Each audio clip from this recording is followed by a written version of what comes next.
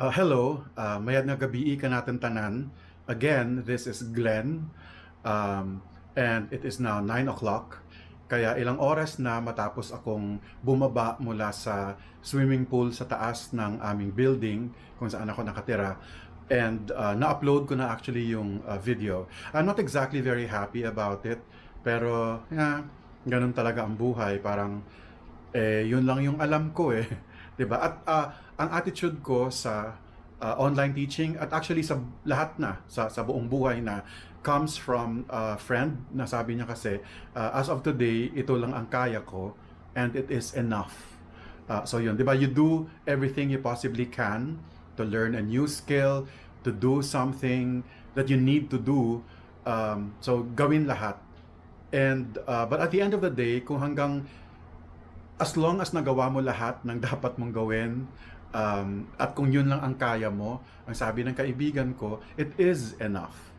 Especially in these very challenging times. So, ayun. So, up there sa penthouse kanina, nag-enjoy naman ako somehow. Although, ang gulo-gulo ng camera, di ba? Kasi ako lang ang may hawak sa kanya. So, right now, I think I will start to mimic the actual look of the lecture video, yung nakaupo lang in front of the camera. Kasi ang problema ko, nag-enjoy akong mag-lecture as in I like interacting with students kasi dumaan ako sa actor training sa Teatro Metropolitano, sa MET at sa Tanghalang Pilipino sa CCP. So sanay ako na, di ba, nagpe-perform in front of an audience. The problem right now is I'm performing in front of a camera at hindi lang basta camera ito ha, walang director, there is no one inside, well, in this case the house, to tell me if tama ba ang framing, awkward ba akong tignan on camera, nahuli pala ng camera ang konting simangot ko or konting na habang nagsasalita, nagpapanik pala, nakita pala sa itsura ko yung panic and all that. But like all things, wala namang choice, hindi ba, kundi i-embrace itong bagong normal na ito as far as education is concerned. So, here goes. So, ito na yung para sa akin pinakamalapit na sa lecture videos na gagawin ko. Nakaupo lang ako at nagle-lecture in front of a camera. Pero wag muna, hindi muna ako magle-lecture. Nung nasa taas kasi ako kanina, I tried recording another video. Nadugtong in many ways nung unang video na ginawa ko na eventually na-upload ko sa YouTube. So, ang naging problem ko doon, parang something went wrong with the camera kasi hindi ko pa gagap yung paggamit sa kanya. Ang nangyari, pinutol nung camera yung monologue ko in front of it such that ang result, meron akong 2 clips. At dahil hindi ako marunong, marami akong hindi pa alam gawin, katulad ng pag-splice nung 2 clips para maging isa na lang siya. So hindi ako marunong mag-edit. Natutunan ko yung, I guess, mag-blur ng kaunti. Yun pa lang ata ang alam ko. So yun. So anyway, I will try to recreate yung sinabi ko kanina sa video. I guess I was talking about the house, how I live in Cubao, and all that. But I really am not from Manila. I'm not from Cubao. I am from Antique, in San Jose, Antique. Doon talaga ako lumaki. Although pinanganak ako sa Iloilo City, but I grew up there. But right after college, lumipad akong Manila. Lumipad, aswang ako. Sumakay sa eroplano. At dito na nagtrabaho, and ever since, from the age of 21, Metro Manila resident na ako. For a few of those years, nandun ako sa High School for the Arts sa Mount Makiling, Los Baños, Laguna kasi nagturo ako doon for 7 years as full-time and another 7 years as part-time or visiting instructor. Ang visiting faculty, yun ang tawag sa Makiling. So anyway, but since then, dito na ako sa Manila. In the earlier video, sinabi ko yung how I came to live in Cubao. I have another unit na una kong binili. So parang bata pa ako, I always dreamed of having my own house. Oo naman, kasi in Manila, either nakikitira ako sa mga pinsan or tumira sa dorm or nag-rent ng bahay sa Los Baños. So naranasan ko yan, so mag-rent, etc. Ang naging problem ko, in 2003, ako ay kinailangang pumunta sa Amerika para mag-graduate school. So, ang dami kong gamit dahil ako ay isang hoarder. So, anong gagawin ko sa pagkadami-daming libro? So, ang ginawa namin, kasi wala akong mapag-iwanan sa kanila, nakakahiya naman, di ba, na iwan sa mga bahay ng ibang tao na it will take up space, etc. Space is very expensive in a city as big as Manila. So ang ginawa ko, nag-garage sale kami sa Makiling. And then yung mga ilang konting bagay na hindi ko kayang i-let go ay dinala sa Antique para kunin ko uli, with the understanding na kukunin ko sila uli pagbalik ko from graduate school. So anyway, so ayun siya. And then I left for the States. And in 3 years, I was able to amass more things na kinailangan ko dalhin dito. So I think umuwi ako dito with about 13 large balikbayan boxes, mga libro, mga teaching materials, mga DVD, yung mga Shakespeare, na normally hindi available dito. Kasi nga I was aware, di ba, na eventually magtuturo ako, etc. etc. So pagdating ko dito, ang naging problem ko ay saan ako titira? And at that point in my life, so I am middle class. Maybe we can talk about my understanding of what middle class means at some other time. Pero right now, so I am middle class. Wala akong sariling bahay sa Metro Manila. So pagdating ko dito, namroblema ako ng saan ko dadalhin tong mga box, ang pagkadami-daming balikbayan box na ito. So ang ginawa ko actually, pinasend ko sila sa scholarship sponsor ko sa Ford Foundation International Fellowships Program. So sa Philippine Social Science Council office sila in-address. So doon sila nagland, and then kinuha ko na lang, etc. And dinala sa kung saan ko man sila dapat dalhin.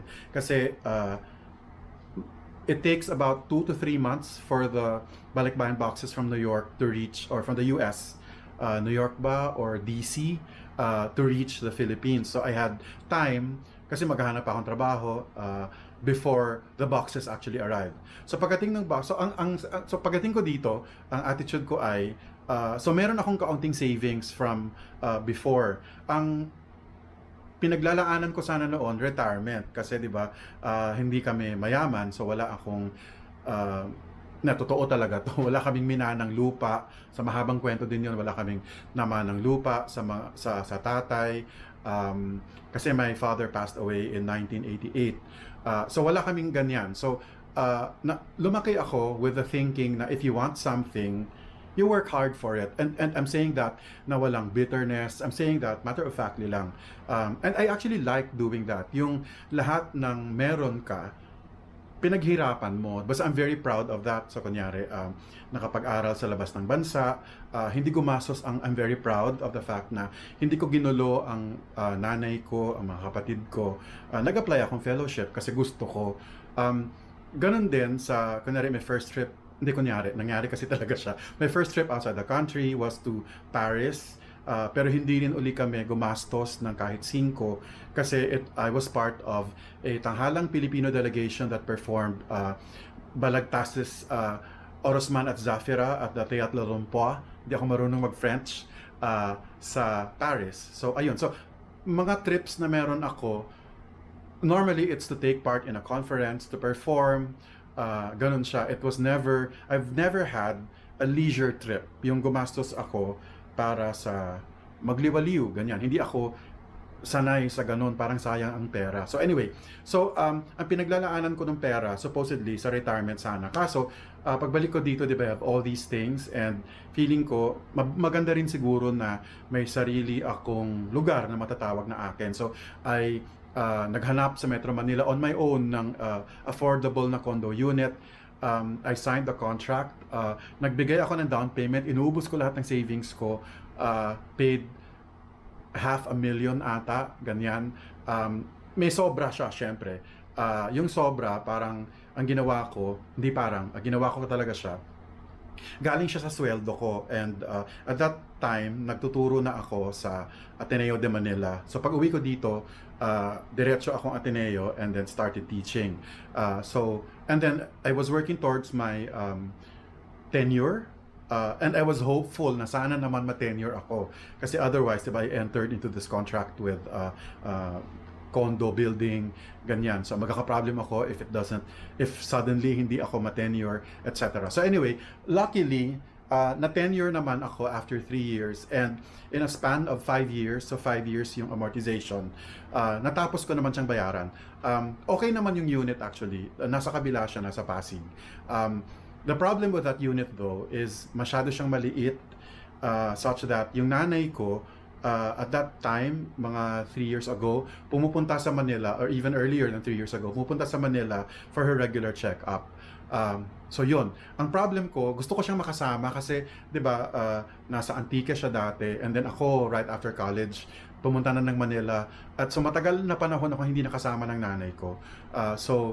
And at that point, ilang taon na ba ang nanay ko? 70 something, ganyan. So gusto ko siyang makasama, 'di ba, at makakwentuhan, maging close, ganon.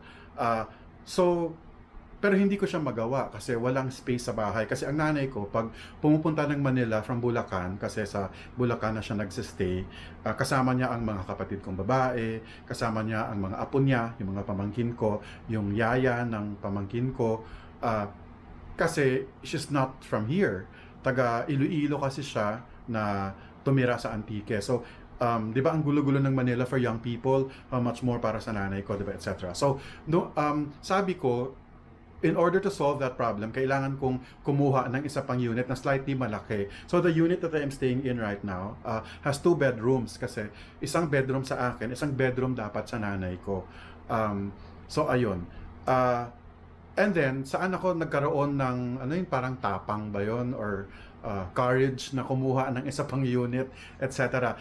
Galing yon sa una kong experience of acquiring unit. So, kasi nakasanayan ko na, di ba? In my case, dahil wala naman akong mana, wala akong malaking pera, etc. So, amortization is the way to go. So, ang ginawa ko, nagpunta akong Cubao, and I'll tell you about it later, siguro in another video maybe, kung bakit ako nagpuntang Cubao at naghanap ng unit, etc. And then I found this. And then I asked some important questions like, ano maging itsura niya?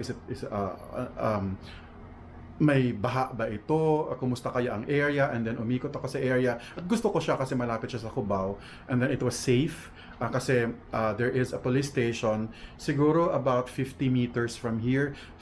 So ang lapit-lapit niya lang, 'di ba? And then merong LTO sa gilid, and then ang lapit sa may Mercury na malapit sa EDSA, malapit siya sa parehong MRT at LRT. So ideal siya na lugar para sa akin kasi if you come from Bulacan, na nanay ko, 'di ba, at mga kapatid ko galing Bulacan, pag pupuntang Manila, titigil yung bus na sasakyan nila, yung Santrans, etc. sa mismong kalye, kung na malapit na sa akin, parang pagbaba ng nanay ko sa EDSA, maglalakad lang sila ng about a minute or 2 at nandito na sila sa bahay ko. So, attractive yun para sa akin. So anyway, so ayun siya.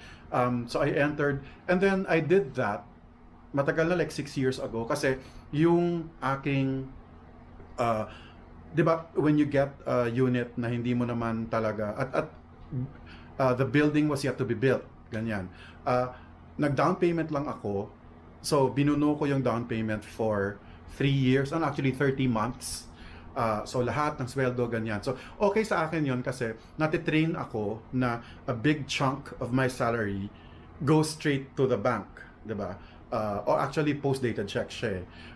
So nasanay na ako in 3 years. Actually nasanay na ako dati pa na dahil may amortization akong binabayaran, na ang sweldo ko hindi na siya yung buong amount, kundi yung natanggal ko na kasi 'di ba kailangan ko mabuhay. So kunyari like ngayon, ang sweldo ko is a certain amount, kunyari, half of that goes straight to amortization. Yung other half, yun yung feeling ko, ito yung sweldo ko talaga. At dapat mapagkasya ko lahat doon. Ang pagkain, ang kuryente, tubig, gamot ng nanay ko, nagamot ko, tulong ko sa ilang kapatid, etc. etc. Dapat pagkasyahin ko siya. So, after some time, masasanay ka naman din kasi talaga eh.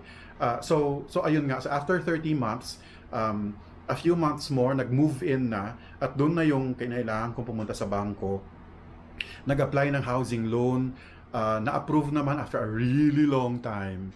Kasi di ba, kasi nga hindi ako mayaman, di ba? So, kinailangan nilang parang mag-credit investigation ba yon, or kailangan tignan yung totoo nga bang ito ay tenured sa Ateneo, etc. etc. Lahat ng sinabit niya, totoo bang mga papeles na to. But eventually, I got approved naman din. I signed, the amortization is for 12 years. So I've been living here for 3 years. So I still have 9 more to go. So